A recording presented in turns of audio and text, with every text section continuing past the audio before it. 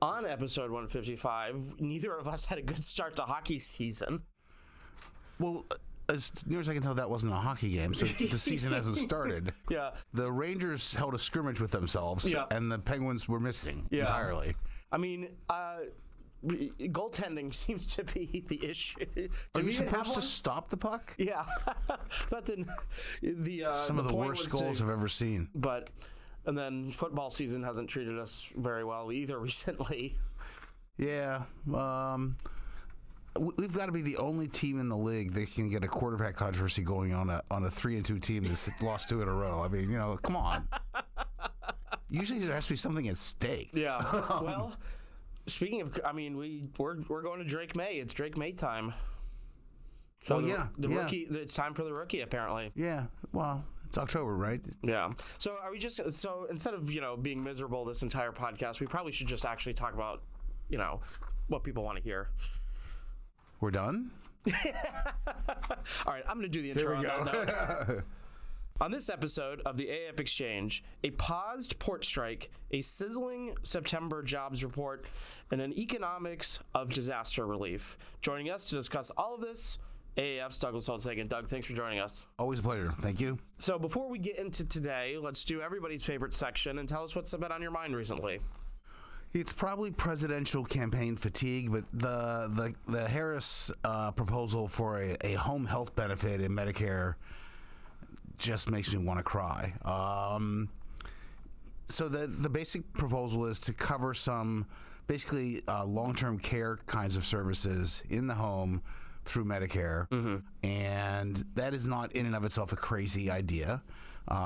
It's not a crazy idea, in my view, to deliver as many services as possible to seniors in their homes. They want to be in their homes. No one wants to be in a nursing home. It's not crazy to have long-term care services and traditional health services delivered, like when you're there to help someone shower and things like that, making sure they take their meds in the morning, keep them on their regimen. All good. Okay, so concepts are great. And you can see how this happened on a campaign, especially. Concept's great. Let's just do it. Yeah. Let's run the traps first. Yeah. Like, how much will this cost? I don't know if you noticed, but we're running a deficit. CBO estimates $1.8 trillion last year. When we sort of finally see the numbers, that's in an economy that's operating at full employment. There's no major disasters. Forget the hurricanes for a moment. Like, there's no COVID. So we're not at war. Unbelievable. So really bad. Medicare is a big part of our problem, and they don't really have any idea how much demand there will be for this out there. Now, everyone acknowledges that there's a huge amount of long-term care services which are done essentially by children, donated time, stuff like that. This could be incredibly expensive. Yeah. What's exactly going to be covered? How's it going to be? How are you going to identify the scope of the services? How are you going to monitor this when it's being done in the home? It strikes me as completely ill thought out and just and they admitted, well, we've been looking at the polling, and there's this sandwich generation that's take care of both their kids and their parents. The sandwich generation is undecided, so here's a policy for the sandwich generation. I mean, this is like Trump walking around doing the handout tour. Yeah. I mean, no taxes on tips, no taxes on Social Security. Now no taxes on expats, right? He looked at the polling. Oh, expats are undecided. Let's do it. I've had it. Yeah. I mean, this seems par for the course in terms of campaign proposals, where it's just, we're going to throw this campaign proposal out there, but we're not going to give you any details. We're not going to tell you the costs. The other stunning thing is the press is not asking them any details. Like, what happened? Like, I don't want to say like in my day, but let me say that in my day. The press asked these questions, and again, and more detail, and again, and like how, You're really dating yourself there, and I'm going to just leave that one alone. I'm just going to date it by decade now. Yeah. Let's not get into the details. Right. All right. Well, let's move on. Let's go to the port strikes. So turning to the East Coast port strike, which thankfully have been paused for the holiday season. Yep. But what happens in January? Where do we stand, and where do negotiations stand? So the contract negotiations had multiple issues. Money was one, and money in principle got settled, and they agreed to go back to work until January, at which point they will take up automation, which is a much bigger deal because it is about the future of all those jobs. It is not hard to do the math and suggest there's a lot of jobs that are at risk because, fun fact that I learned in all this, there are about twice as many people who belong to the longshoremen union as there are jobs. So half of them are home now because they don't really need them. And if you have further automation, the question is, what becomes of those workers and the money they're paid? Right now, these folks are at home but being paid. So you're not getting any economic efficiency out of the automation if that's how you do it. So that's going to be a huge issue, and it's really unlikely that it's going to be easily settled. And it needs to get settled because the U.S. doesn't have a single port that's in the top 50 in efficiency. Like we are a backwater, poor term, in the port business, but we are a backwater in the global shipping business.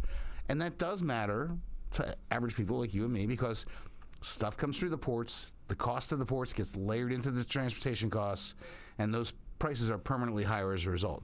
People always are now trained to think about inflation. Oh my God, the price is going to go up. But what if it's already just too high? Yeah. And you're giving up the chance to bring it down. That's what we're doing. Yeah, I mean, that was striking to me when you said that, I think last week on one of your TV hits, that we didn't have anything. We don't have any port in the top 50. No. We really have terribly inefficient ports. We're I mean, it matters. We're responsible for a quarter of the world's economic activity. We are an economy that matters. Yeah. Still. And they've got a huge stranglehold on trade because so much of the bulk trade comes via ocean shipping and comes through the ports. Yeah. Let's fast forward ahead a little bit to January. What would it mean for the economy if they don't come to an agreement? Estimates are all over the map, but they range from about $500 million to $5 billion a day in lost output. And a lot of that, as usual, is just shifting in time. Like, we didn't do it then, we'll do it later when they finally settle. But some of it's just permanent loss, and it's, it's going to cascade. The first thing that's going to really be affected are going to be things like perishable foods that just can't get in. The prices of them are going to go way up. People are going to see that. We know food and energy prices move people's sentiment a lot, so that's a real risk come January. You got the usual problem with seasonals. It's going to be winter in the United States, and you're going to have your ability to get things in from more tropical climes is going to be highly limited. Yeah, and then big goods. I do finally want to get a new refrigerator or something. It's on back order. Whatever it might be. Those kinds of things are going to show up. Yeah. Interesting. All right. Turning to the economy, last week jobs report blew past expectation, and this morning's inflation report showed inflation is cooling more slowly than we all expected. What do we learn about the economy? Complicated stuff, unfortunately. These aren't clean reads. So, I first start with the jobs report. Really a good report, basically. No question about it. The thing you might worry about is average hourly earnings growth. We got 254,000 jobs. That's a lot. Unemployment rate falls. That's good. Is that the labor market's too hot and it's going to push inflation up? Not really, because average hourly earnings grew more slowly than they did the month before, and so the Fed should be greatly relieved by that report. They've got a dual mandate. They want to have labor market growth, and they want to control inflation. This gives them some firm foundation for the employment mandate. They can continue to fight inflation. So that was the simple picture. Then today's report comes, and it's like the top line's supposed to come in at 2.3, comes in at 2.4. Core inflation was supposed to remain at 3.2 year over year, bounces up to 3.3, and you think, oh my goodness, this is nothing but bad news. It's too hot. The Fed is going to have to worry about its easing trajectory.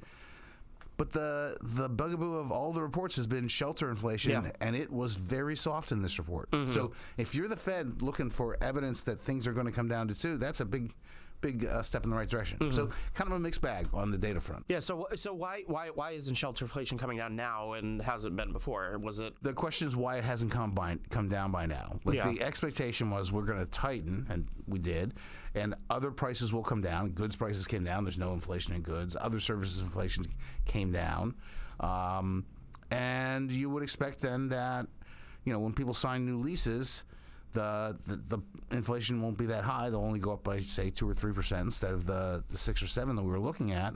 And that over the course of a year, all of those new lease prices will get baked into the CPI, and you'll see less inflation. It just hasn't happened at the pace people expected. What are the next upcoming reports that you're going to be looking at? One of the reasons that I think this report was pretty important was it's a clean read on the economy prior to the hurricanes. So, we're going to get the the PCE price index, the personal consumption expenditure price index, next week. Yep. That'll look at that. That'll also be relatively unaffected by the weather. But after that, we're going to get a couple of months of data that are going to be heavily affected by the survey week. The survey week for the employment report is the week that contains the 12th. And so look for messy reports. So what do these mixed reports mean for the Federal Reserve and future rate cuts? I think they're locked in to, if you're just looking at the level of rates and the level of economic activity and the level of inflation, they think rates are too high given the other levels. Inflation has come down a lot. Economic activity is relatively robust. They can afford to cut the rates. The question is how fast they do that and where do they stop. This makes the trajectory harder to gauge. They dropped 50 the first time. I was very surprised to learn that some people wanted 75. I cannot understand the argument for that at all. I would have preferred 25. I think they're going to go 25 at the next meeting. They don't want to look like they made a mistake and stop, so they're going to have to do another 25, take the pulse, probably another 25, and then they'll start gauging sort of where they are. Yeah, and the next meeting is in November. So after the election at this point. Interesting. All right, let's do my favorite section, the trivia question. Okay. Turn on my brain. Since January 1st, the federal government has published X trillion in total net costs. 2024 total net costs. X trillion? Yep. X is less than 1. We didn't get to a trillion. This is a trick question. No, we did. We're at 1.36 trillion. Wow. Yeah. Isn't that amazing? Wow. I thought we were like 900 billion. Oh my goodness. Yeah. No, we crossed the $1 trillion mark. I think a couple of weeks ago, but I'll have to go back and look. It's but it just again it highlights the magnitude. I just can't keep up. Yeah. I mean, are these so are we in the window of 11th hour rules? Yes. The Congressional Review Act, CRA, people talk a lot about. It's the final 60 legislative days of the calendar that matter, and so we don't have 60 days of Congress meeting left before the end of the year. So probably occurred somewhere in June, right? That we got. Interesting. We got that. So anything put in place in those final 60 days can be removed in the next Congress through a simple majority vote on it's not even a law; it's a resolution.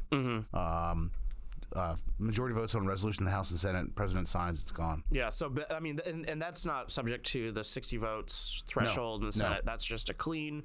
There's some fast track procedures for getting them out of committees and getting expedited floor votes, things like that. Yeah, like some sort of petition process. And simple majorities in both House and Senate. Yeah. So that'll be. So I'm assuming, based off of the level of regulation we're going to be looking at. I forget the number now. Dan Goldbeck has this nice tracker, the CRA tracker. There have been a remarkable number of rules that have been rejected by the House and Senate and then vetoed by Biden. I think we're at something like 13, 14, 15 rules that have already, on a bipartisan basis, had people say no. Is it a particular issue area that we're seeing a lot of this on, or is it just across the board? It's across the board.